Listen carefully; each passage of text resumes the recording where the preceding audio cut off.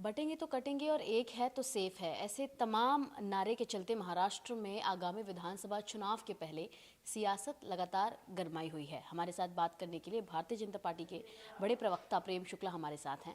Sir, आज P Chidambaram ने अपने बयान में कहा है कि इस प्रकार की घिनौनी राजनीति, बटेंगे तो कटेंगे ऐसे बयान और एक है तो सेफ है ऐसे बयान प्रधानमंत्री मोदी से आना, ये दर्शाता है कि बांटने का काम बीजेपी द्वारा किया जा रहा है, ना कि विपक्ष द्वारा, और लोगों को अब बीजेपी से सावधान रहने की जरूरत है, ऐसा उनका कहना है। देखिए, इस देश को बांटा किसने? कांग्रेस ने बांटा। इस देश के बंटवारे पर हस्ताक्षर मोदी जी के किसी पूर्वज का नहीं है, राहुल गांधी के पूर्वज जवाहरलाल नेहरू का है।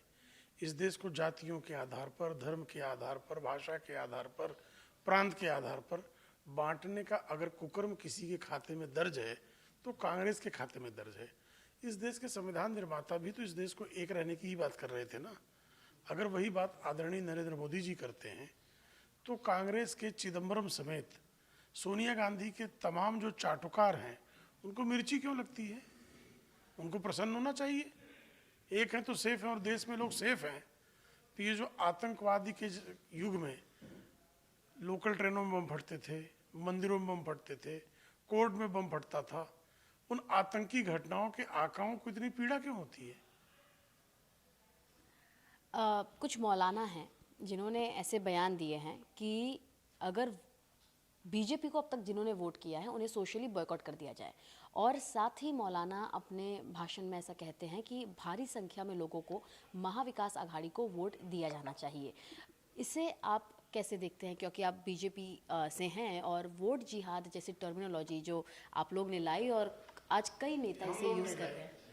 वोट जिहाद की टर्मिनोलॉजी कांग्रेस के नेता सलमान खुर्शीद के रिश्तेदार ने फर्रुखाबाद में समाजवादी पार्टी के मंच से लाने का काम किया। वोट जिहाद करने का काम मौलाना कर रहे हैं। जो वोट नहीं दे, जो जिस मुसलमान ने भारतीय जनता पार्टी को वोट दिया उसका बहिष्कार करना चाहिए। ये बांटना नहीं तो क्या है? इसी बांटने का विरोध तो योगी जी, मोदी जी और भाजपा कर रही है ना, और ये बांटने का काम कर रहे हैं। सामाजिक बहिष्कार करने की बात करना संविधान सम्मत है क्या? कानून सम्मत है क्या? ये इस देश के एकीकरण के संदर्भ में है क्या? नहीं है।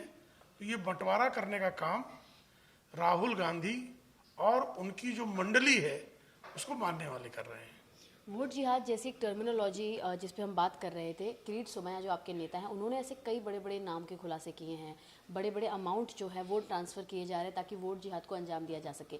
इसको लेकर क्या बीजेपी आगे कुछ और भी अपने एक्शंस को लेकर प्लानिंग कर रही है? देखिए, आदरणीय किरीट सोमैया ने तो इसकी जानकारी दी, लेकिन प्रवर्तन निदेशालय ने इन जानकारियों की पुष्टि की जब 125 करोड़ रुपए की राशि फर्जी खातों में आए और उन खातों से तत्काल निकाल लिए गए। खातों में लाने वाले वोट जिहाद के पैरोकार थे। उनको हिंदू युवकों को नौकरी देने के नाम पर उनके प्रमाण पत्र लिए गए, उनका दुरुपयोग करके खाते खोले गए और पैसे निकाले गए।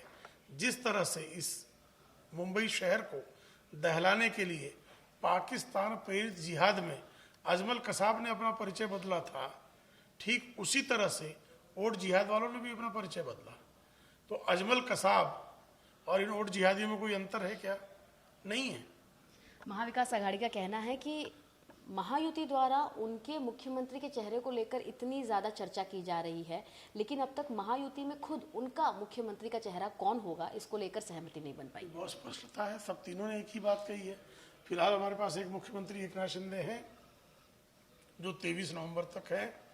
उसके बाद ये स्पष्ट तौर पर कहा गया है कि तीनों दलों के लोग बैठेंगे और जो नाम तय होगा मुख्यमंत्री।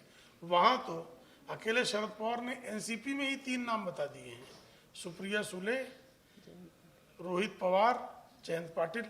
3 नाम तो अकेले जो है शरद पवार के पास है। अपने अपने दल के लिए ही उनके पास एक नाम नहीं है। वहाँ उद्धव ठाकरे और आदित्य ठाकरे 2 नाम वहाँ हैं। और कांग्रेस में नाना पटोले को भी बनना है, पृथ्वीराज चौहान को भी बनना है, बाला साहब थोरात को भी बनना है, पता नहीं और कितने जो है उग आए चुनाव पूरा होने तक। तो वहाँ संकट है, यहाँ कोई संकट नहीं है। एक मेरा आखिरी सवाल रहेगा, एक है तो सेफ है, इस बयान से अजीत पवार और एकनाथ शिंदे दोनों ने ही दूरी बना ली थी। इसको लेकर क्या कुछ चर्चा हुई है कि कैसे इस थियरी पे, एक है तो सेफ है पे आगे बढ़ना है? नहीं, किसी ने दूरी नहीं बनाई। अजीत पवार ने भी स्पष्टता से कहा है कि मैं एक है तो सेफ है के समर्थन में हूँ, एक नाथ शिंदे भी इसके समर्थन में है। हाँ, बंटेंगे तो कटेंगे पर कुछ आपत्तियां श्रीमान अजीत पवार को हुई थी, लेकिन इस बात को जान लें कि इसी महाराष्ट्र में छत्रपति शिवाजी ने 18 पगड़ जातियों को एक किया था, बंटवारा खत्म किया था, तब हिंदवी स्वराज की संस्थापना हुई थी। और ये महाराष्ट्र छत्रपति शिवाजी का है, बांटने वाले औरंगिया का नहीं, औरंगजेब का नहीं हो सकता। अजीत पवार भी भली बात जानते हैं, ये छत्रपति शिवाजी, छत्रपति संभाजी की पुण्यभूमि है, ये किसी औरंगजेब की पुण्यभूमि नहीं हो सकती। बहुत बहुत शुक्रिया सर हमसे बात करने के लिए। आपने प्रेम शुक्ला जी को सुना, जिन्होंने तमाम उन मुद्दों पर बात की और बताया कि किस प्रकार आने वाले विधानसभा चुनाव में एक और मुख्यमंत्री का चेहरा और दूसरी ओर जो तमाम सियासी बयानों पर सियासत जारी है, उसको लेकर भी उन्होंने अपना मत सामने रखा। मुंबई से कैमरा पर्सन सचिन सावंत के साथ सुजाता द्विवेदी, एनडीटीवी इंडिया के लिए।